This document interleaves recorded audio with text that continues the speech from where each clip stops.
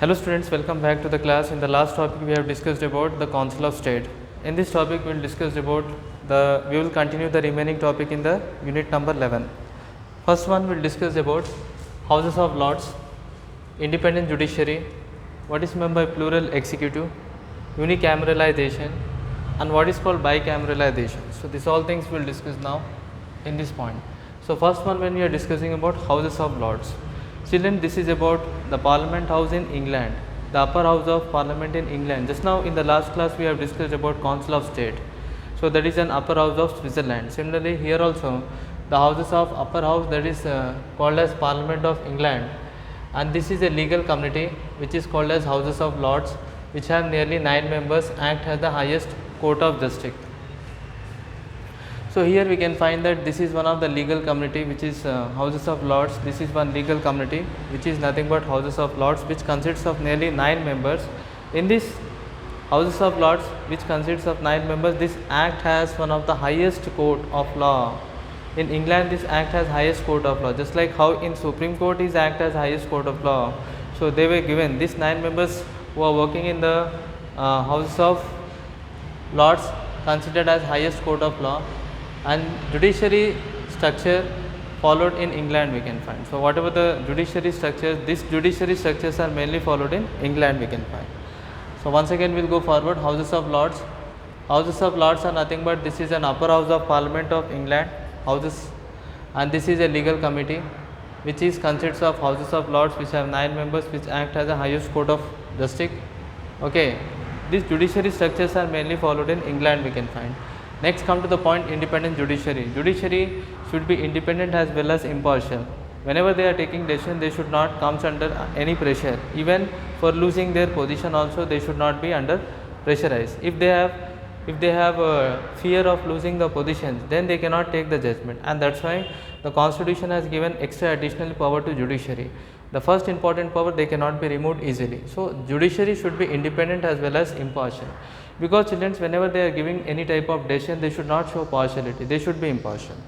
So not have relations, judiciary have no proper relations with legislature as well as executive, and the involvement in legislature as well as executive is completely restricted. So here we can find independent judiciary. Independent judiciary, we have seen that judiciary should be independent as well as impartial, okay, and they have no proper relations with the legislature as well as executive, and their involvement with legislature as well as executive is quietly restricted. Next we will go forward, plural executive. Plural executive, singular means single, plural means many. Plural executive is one type of executives where power is assigned to different person. Whenever if you have given power to single, that is single executive. When if you have assigned power to different person, many persons, multiple person, that is called as plural executive. Such as when you have assigned power to the Council of Ministers, if you have assigned to the Federal Council in Switzerland, if you have assigned plural executives can be formed in USSR also. In these countries we can find such as Council of Ministers, Federal Council in Switzerland, powers are assigned to multiple persons, many persons. Same powers are assigned to multiple persons. So that is called as plural executive. So plural executive, what we have discussed, this is one type of executives where powers are completely assigned to multiple persons, such as Council of Ministers, Federal Council, etc. Now these are mainly followed by state, which is called parliamentary government. So in most of the states like parliamentary government, so these plural executives are formed. Next come to the point, unicameralization. Unicameralization is nothing but legislature which mainly comprises of single house. Whatever the legislature which mainly consists of single house, that is called as unicameralization, and this unicameralization is very simple as well as clear. Okay, unicameralization is very simple and clear, and here we can find legislature.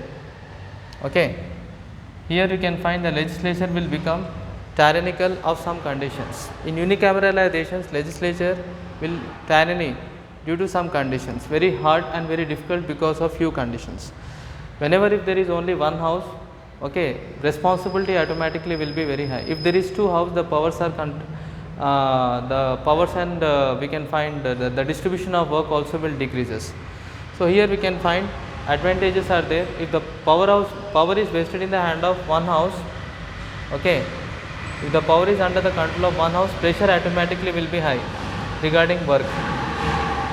So unicameralization is nothing but in any legislature which consists of namely single house. Whatever the legislature which is consists of single house, that is called as unicameralization. This will be quite simple as well as clear. So in unicameralization we can find legislature has become tyrannical due to some conditions. Legislature has become very difficult because of few conditions. Next I will go forward. Bicameralization. Bicameralization is one where the legislature, where the powers are vested in the hand of two houses.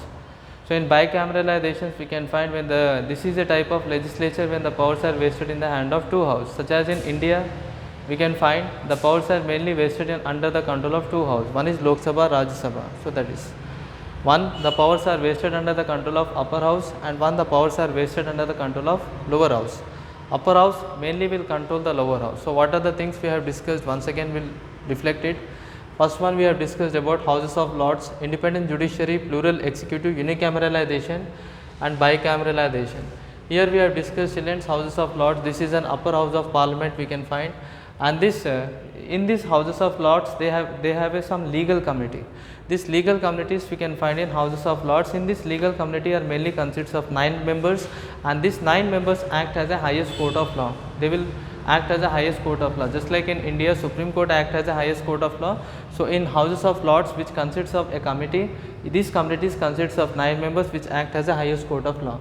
Judiciary structures are not followed in England, so they have no separate judiciary system like we are following in India. We have separate judiciary and separate legislature, executive, but here everything is combined in parliament only. In parliament only they have separate committee which is legal committee, which mainly consists of 9 members. They will provide all the justice as well as judgment.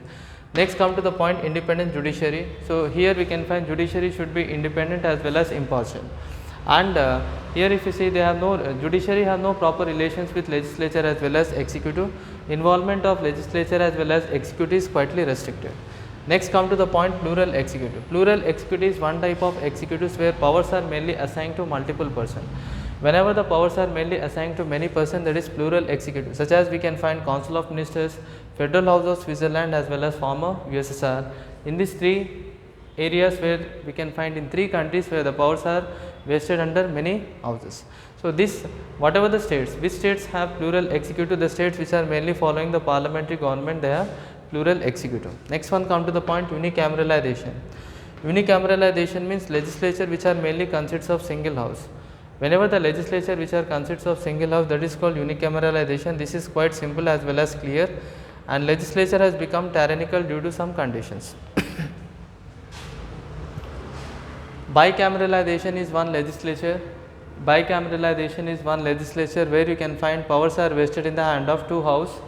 Okay, one is called upper house and one is called lower house. Most of the time upper house will control the lower house. So children, this is the point we have discussed, and last one we will discuss the ending point, unit 12 in the next topic. Thank you very much.